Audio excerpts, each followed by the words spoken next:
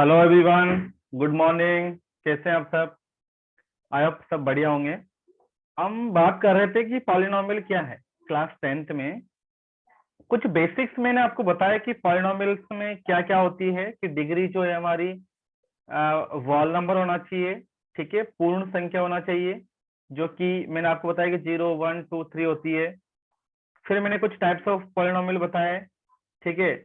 और कुछ हम आगे बढ़ते हैं। अब बात क्या है कि जैसे कुछ बार कुछ लोगों को ये प्रॉब्लम हो जाती है कि सर पॉलिनोमियल है या नहीं। चलो मैं लिख देता हूं यहाँ पे कि विच ऑफ द फॉलोइंग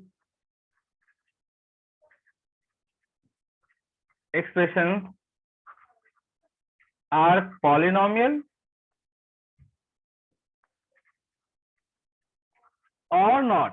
ऐसा कुछ क्वेश्चंस बन जाते हैं बाय चांस।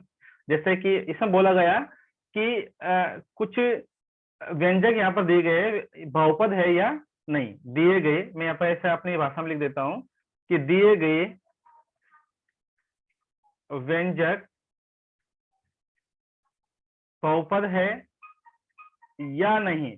कई बार ऐसे लिख देते हैं कि चेक दी वेदर, है ना, जांच कीजिए कि। बस आपको मेरी बात समझनी है कि बात क्या है, ठीक है। नंबर 1, जैसे मुझसे बोल दिया गया कि x² प्लस, ठीक है, 2x+1। नंबर 2, यहाँ पे √x+5। Number next, x² + 2x - 5, कुछ भी अपनी मर्जी से मैं लिख रहा हूं। फिर यहाँ पे x³ + x² + x⁻³ - 1। ओके, मैं आपको क्या समझाना चाहूंगा, प्लीज आप देखिएगा आराम से। फिर मैंने x⁻⁴ + 1, ठीक है, कुछ भी लिख दिया। फिर 6 नंबर लिख दिया, x³ -√x +10, ऐसा कुछ लिख दिया, ठीक है डियर। अब हमें ये देखना है कि ये पॉलिनोमियल्स है या नहीं। ओके, मेरा जो टारगेट है ये पॉलिनोमियल है नहीं। फिर मैंने कहा कि यार डिग्री जो है हमारी पॉलिनोमियल में तो क्या होना चाहिए, 0 1 2 3 dash dash dash, means wall number होना चाहिए। देखो मैं आराम से रिपीट करूंगा चीजें, जैसे क्लासेज में आप पढ़ते हो ना नॉर्मल, वैसे ही।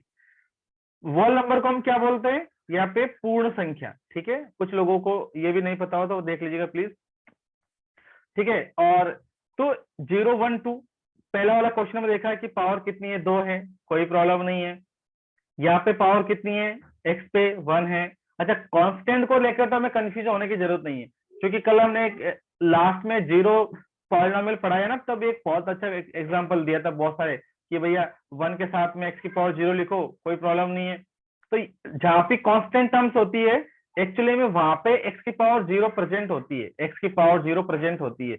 ये अंडरस्टैंडिंग रखनी है आपको हमेशा, ऑलवेज, ठीक है। क्योंकि x⁻0 का जो वैल्यू होता है वो 1 होगा, ठीक है। चलिए मुद्दे की बात करते हैं। तो ये पॉलिनोमियल है क्या, मैं बोलूंगा यस, नो प्रॉब्लम। ये पॉलिनोमियल है क्या, नो। क्यों नहीं है, क्यों नहीं है मुझे बताओ। इसकी वजह से देखो, मैं ना यहाँ पे मार्क कर दूंगा आपको, ये जैसे मैंने गोला मार्क किया ना, यहाँ पे सर्कल मार्क किया, आपको पता चल जाएगा किसकी वजह से हुआ। तो इसकी वजह से हुआ क्योंकि √x का जो वैल्यू होता है ना, अगर हम देखें तो रूट का मीन्स पावर 1/2 यहाँ पे होती है, और 1/2 नहीं होना चाहिए, ये जिस अभी हम बात कर रहे हैं। ओके, चलिए इसको अगर मैं थोड़ा सा सिंप्लीफाई करके और लिखो ना, तो आप इसको ऐसे लिख सकते हैं, x² + 2, ये 1/x, x⁻1 - 5। ओके, तो इसको देखकर अगर आप कमेंट करोगे तो क्या बोलोगे, ये भी नो। क्यों हुआ नो, चलो इसको मैं अलग कलर से मार्क कर देता हूं। इसकी वजह से, क्योंकि यहाँ पर पावर क्या चली गई, -1, और ये आपको पता है लॉज ऑफ एक्सपोनेंट हम पढ़ चुके हैं, a-1/1/a होता है, तो 1/a = a इनवर्स होता है, a-1 होता है। ठीक है, गॉट इट एवरीवन। तो ये चीजें हमें समझनी है यहाँ पे आराम आराम से, कि आपको चीजें क्लियर हो सके, ठीक है डियर। ओके, फिर x³ + x² + x⁻3/2, तो यहाँ पर मैंने बोला अभी भी नो। फिर आप बोलेंगे क्यों, यहाँ पर कोई प्रॉब्लम नहीं है, नो, यहाँ पर नो, बट यहाँ पर हुआ, पावर हो गई x की 3/2, ओके, इसलिए नो हुआ। यहाँ पे x की पावर 4 + 1, ओके आप बोलेंगे yes no problem, x³ no issue, but ये भी नो पॉलिनोमियल, पॉलिनोमियल नहीं है। क्यों? किसकी वजह से? इसकी वजह से। क्या मेरी बात समझ पा रहे हो आप लोग? अभी हम बेसिक में ही चल रहे हैं। देखो पॉलिनोमियल है ना, बहुत काम आता है, आपके हर जगह फंस जाता है। वैसे 9th क्लास में भी इसको पढ़ाया जाता है, और मैं जैसे टाइम मिलेगा मैं 9th क्लास का भी वीडियो बनाऊंगा पॉलिनोमियल से, बट ये अभी आप 10th पे देखिए, फोकस करिए। तो ऐसा क्वेश्चन पॉलिनोमियल पहचानना है, पॉलिनोमियल पहचानना है। आप पॉलिनोमियल कैसे रिकॉग्नाइज करेंगे कि इससे पॉलिनोमियल और नॉट, ये बहुपद है या नहीं? तो एक्स की एक एक पद देखेंगे, एक एक टर्म्स को चेक करेंगे कि एक्स की सभी टर्म्स पे जो वैल्यू है, जो पावर है, वो सही है क्या, मतलब 0 1 2 3 है क्या? अगर नहीं है तो फिर हम आंसर बोल देंगे नो। ओके, कोई इश्यू? No problem. अच्छा, कई बार बच्चे ऐसे भी सोच लेते हैं कि सर मान के चलो हमें किसी ने कंफ्यूज करने के लिए ऐसा बोल दे गया कि x² + x + 5, ओके, और अपॉन में मान लो यहाँ पर x दे दिया, या यहाँ पे x³ लिख देता हूँ, चलो कोई कोई दिक्कत नहीं है। तो सर हम इसको क्या करें फिर? ये 1/x है इसके नीचे, तो अगर हम ऐसा कोई बोलता नहीं है, वैसे ये तो बहुत लंबी बात हो गई, बहुत आगे की बात हो गई, ऐसा कोई बोलता नहीं है, फिर भी हम क्या कर सकते हैं, इसको तो कैंसिल आउट कर सकते हैं ना। इसको हम ऐसे लिख देंगे x² + x + 5, तो यहाँ तो कोई इश्यू नहीं है। यस, ये लो, सिर्फ मैंने डिवाइड जो किया ना वो यहाँ पर ही है, पूरे पर नहीं है ना, इस पर ही है। इस पर थोड़ा सा ओवरलैप हो गया, वो आपको बताने के चक्कर में थोड़ा सा मैं इसको दोबारा से लिख देता हूँ। एक्चुअली मैंने क्या लिखा था, x³ / x, ओके, और यहाँ पे प्लस लिखा था। तो ये चीजें भी हम आराम से समझ सकते हैं, कोई इश्यू वाली बात नहीं है। देखो नेक्स्ट क्वेश्चन क्या करते हैं हम, क्वेश्चन को समझना है, क्वेश्चन कैसे कैसे आते हैं। देखो नेक्स्ट क्वेश्चन क्या लिखते हैं हम कि फाइंड दी कोएफिशिएंट ऑफ। अब आपसे कुछ भी पूछ सकता है, x² x, ठीक है, और कुछ भी। अभी फिलहाल के लिए मैं इतना लिख देता हूँ, x³ लिख देते हैं, चलो x³ x² x and x की पावर 0, चलो कोई बात नहीं। x³ x² x वे x की पावर 0 के गुणांक ज्ञात कीजिए, गुणांक ज्ञात कीजिए। चलिए किसके, क्वेश्चन नंबर 1, क्वेश्चन नंबर 2, ऐसा करते हैं, आराम आराम से सॉल्व करते हैं। ये लीजिए, मैं कोई भी अपनी मर्जी से कोई भी क्वेश्चन ले रहा हूँ बच्चों, क्या ले रहा हूँ, सपोज दैट मैंने ले लिया यहाँ पे x³ - 2x² + 5x प्लस का 7, यहाँ पर ले लिया मैंने x² माइनस का x और प्लस का 1, ओके। अब बारी बारी से समझना है कि कोएफिशिएंट ऑफ आंसर, देखो आंसर में क्या लिखने वाले हैं, कोएफिशिएंट ऑफ। अच्छा, बहुत सारे बच्चों को तो इसमें प्रॉब्लम होती है, वो मैंने देखा है अक्सर, कोएफिशिएंट ऑफ x³, देखो आंसर लिख रहे हैं हम आराम आराम से, कोएफिशिएंट ऑफ x³ मतलब कोएफिशिएंट का मींस क्या होता है, उसका x³ के जो मल्टीप्लिकेशन में है विथ साइन, ये बात भी ध्यान रखनी है। तो x³ के साथ में कौन है? अब आप बोलेंगे सर कुछ भी नहीं है, कुछ भी नहीं का मतलब ऐसा नहीं है, यहाँ पे 1 है, 1 है, कौन है, 1 है, और वो भी प्लस का, ओके। फिर कोएफिशिएंट ऑफ, मैं अब बार बार नहीं लिखूंगा, x², तो x² का मल्टीप्लीकेशन में कौन है, 2, बट साइन कौन सा है, माइनस, तो -2, ओके। आराम आराम से लिख रहा हूं मैं, समझने की कोशिश करना।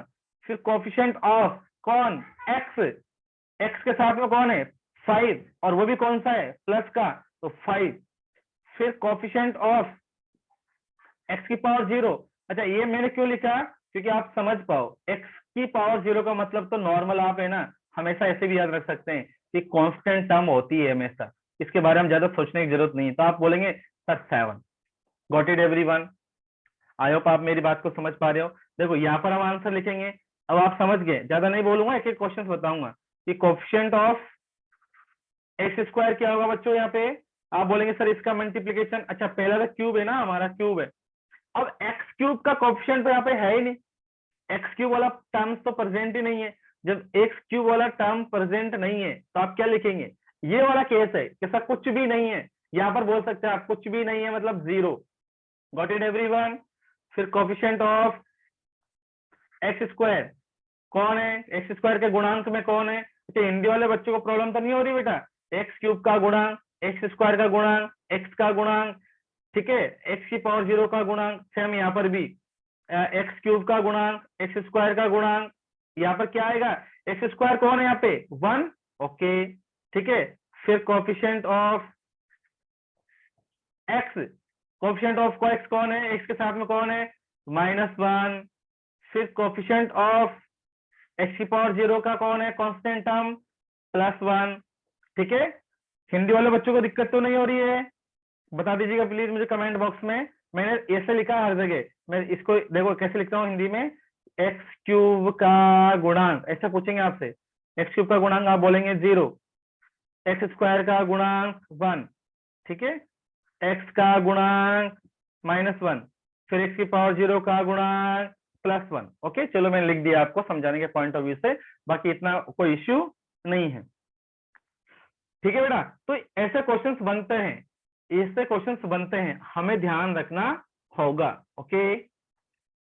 चलिए फिर और क्वेश्चंस देखते हैं। मैं बेसिक आपको इसलिए करा रहा हूँ क्योंकि ये अगर आपका अच्छे से क्लियर हो गया ना तो फिर आगे प्रॉब्लम्स नहीं होती है। बच्चों को यहाँ पर ही प्रॉब्लम होती है कि सर कैसे क्या डिसाइड करें, कैसे नहीं करें, ये पॉलिनोमियल है या नहीं, इसका कोएफिशिएंट कैसे चेक करते हैं। तो बहुत सारी छोटी छोटी बातें हैं जो आपको देखनी है, ओके बच्चों, ठीक है। अब क्या होता है कि नॉर्मल डिग्री भी पूछ लेते हैं कि find the degree of, find the degree of, degree of the following polynomials. वैसे ये बात तो आप समझ गए हो क्योंकि ये चीजें हम बेसिक में भी कर चुके हैं, फिर भी मैं एक क्वेश्चन करवा देता हूँ छोटा सा कि निम्नलिखित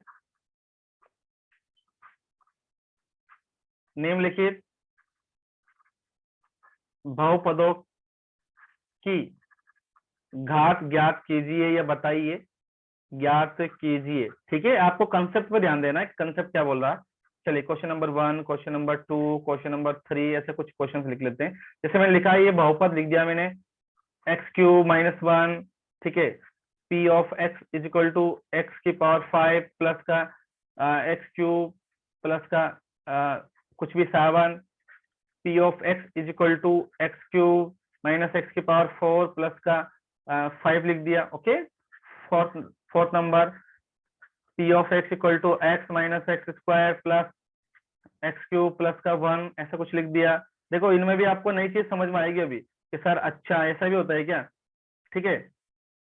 एंड कुछ भी एक और लिख लेते हैं फाइनल, x की पावर 5 माइनस x³, ठीक है, प्लस x की पावर 7 प्लस का 11। चलिए यहाँ पर हम क्या बोल रहे हैं, क्या निकालना है, इनकी घात निकालनी है। तो घात घात क्या निकालनी है, घात निकालनी है, क्या निकालनी है, डिग्री निकालनी है, डिग्री घात निकालनी है सभी की। तो फर्स्ट वाले की घात क्या होगी देख लेते हैं, चलो थोड़ा सा और आगे बढ़ा देते हैं क्योंकि इस पेज को हम वैसे भी यूज लेने वाले हैं।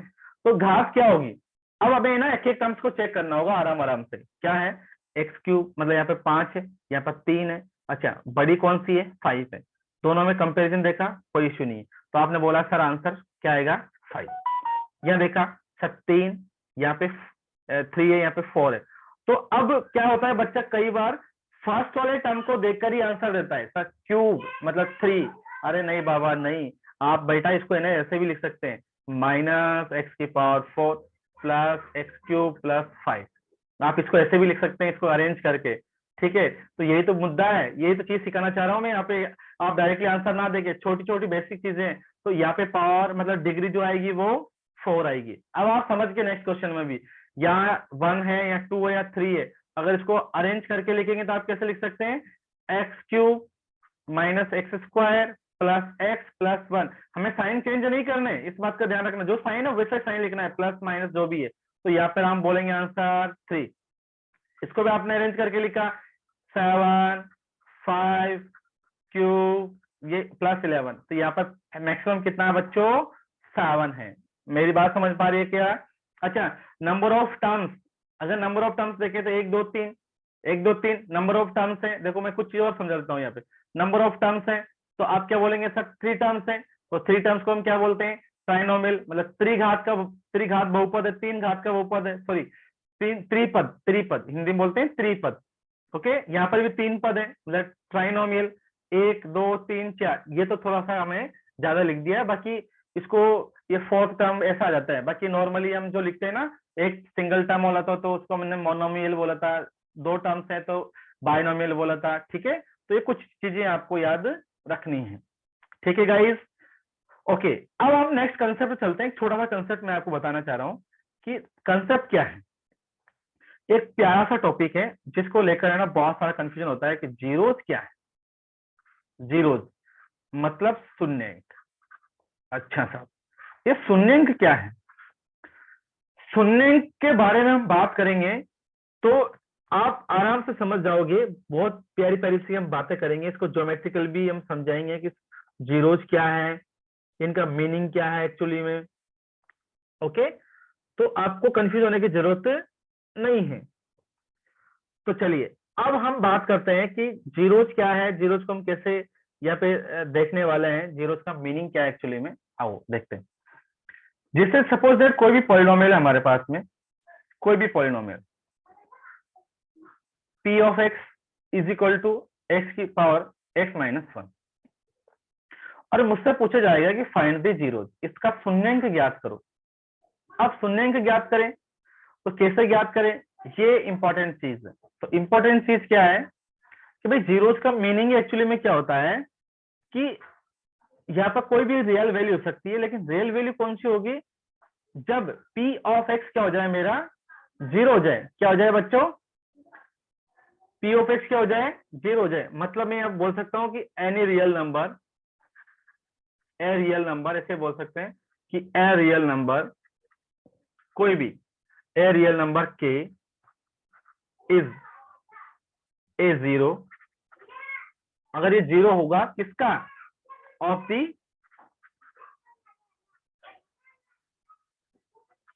Polynomial p of x। Condition क्या है, देखो if p of x equal to क्या हो जाए, मेरा जीरो हो जाए। मेरी बात समझ पा रहे हो, मेरी बात समझ पा रहे हो? मैं हिंदी में लिख देता हूं, यहाँ पे क्या लिखना है, बहुपद p ऑफ x का शून्यंक के होता है या होगा यदि p ऑफ x क्या हो जाए मेरा, सॉरी सॉरी यहाँ पे x नहीं आएगा, सिली मिस्टेक, यहाँ पे k आएगा बच्चों। k पे बात कर रहे हैं माय डियर,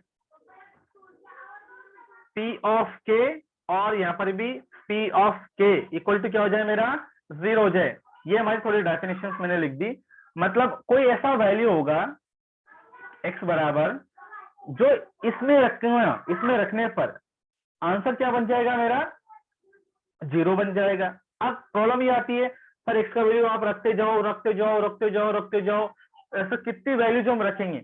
मैंने x का वैल्यू यहाँ पे 2 रखा, तो आप बोलेंगे sir p of 2 equal to 2 minus 1, answer 1 आया।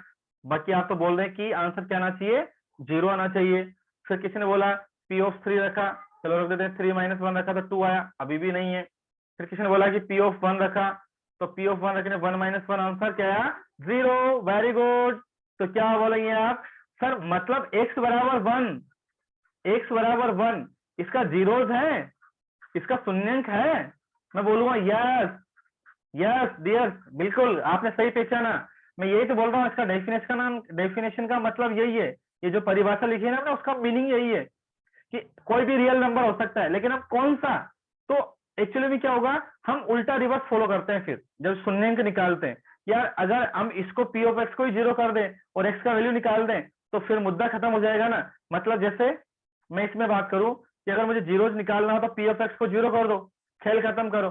मतलब x माइनस 1 बराबर जीरो करो। ओके, मतलब x बराबर 1, ये लो साहब, मतलब x इक्वल टू 1 क्या हो जाएगा, इसका इस क्वेश्चन का जीरो हो जाएगा। मेरी बात पकड़ पा रहे हो, यस और नो? तो ये मुद्दा है, ये प्रॉब्लम, ये आपको क्लियर होना चाहिए। तो हर बार हम क्या करेंगे, जब जीरोस फाइंड आउट करेंगे तो जीरोस फाइंड आउट करने के लिए जो गिवन एक्सप्रेशन होगा ना आपको इधर राइट हैंड साइड में, उसको इक्वल टू जीरो करेंगे। और x का वैल्यू निकालेंगे, मतलब x का वैल्यू ही मेरा जीरोज है। बात समझ पा रहे हो? x का जो वैल्यू है वही मेरा क्या है, वही मेरा क्या है, जीरोज है। मैं यहाँ पर लिख देता हूँ, चलो छोटी छोटी बातें, अभी क्वेश्चंस को भी देख लेंगे। अभी हमने थ्योरेटिकल पोर्शन लिखना चालू कर दिया, थोड़ा सा ये बात लिख देता हूँ। क्या लिख देते हैं कि भाई अगर आप देखोगे ना कि इन दी पॉलिनोमियल या in the P of x, value of x, ये कोई लैंग्वेज, कोई बुक्स की लैंग्वेज नहीं है, ये तो अपनी मर्जी से बता रहा हूँ कि value of x is called zeros of p of x। p of x में x का मान, x के मान को या x का मान, x के मान को, यहाँ पे मैं थोड़ा सा k का की चेंज कर देता हूं। चलो, p of x में x के मान को ही शून्यंक कहते हैं। देखो हिंदी वाले बच्चों को है ना, मैं इसलिए लेकर चल रहा हूँ कि ये ना मोस्टली जो वीडियोज बनते हैं वो इंग्लिश में बनते हैं, तो प्लीज इंग्लिश वाले बच्चों को ऐसा लग रहा होगा सर क्यों हमें इरिटेट कर रहे हो, ठीक है होगा कई बार ऐसा, आई एम जोकिंग। तो please I hope you are with me and please cooperate. और ठीक है, तो अब चलते हैं कुछ क्वेश्चंस ले लेते हैं। भैया क्वेश्चंस क्या है, मुझसे पूछा जाएगा कि find the zeros of the following, भी लिखना चाहो तो लिख देते हैं, zeros of the following polynomial, निम्नलिखित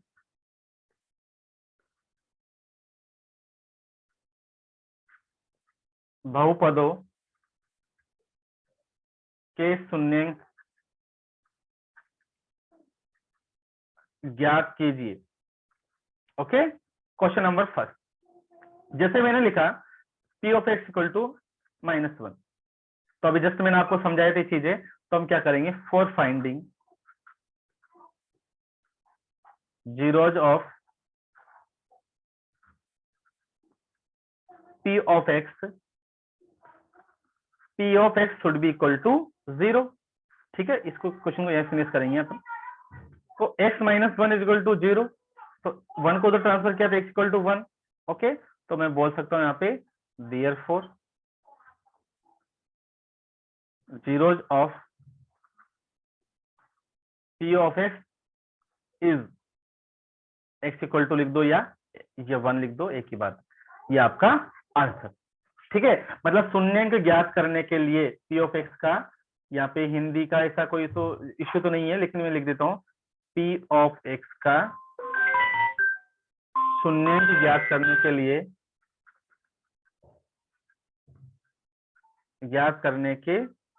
लिए, p ऑफ x को 0 होना चाहिए।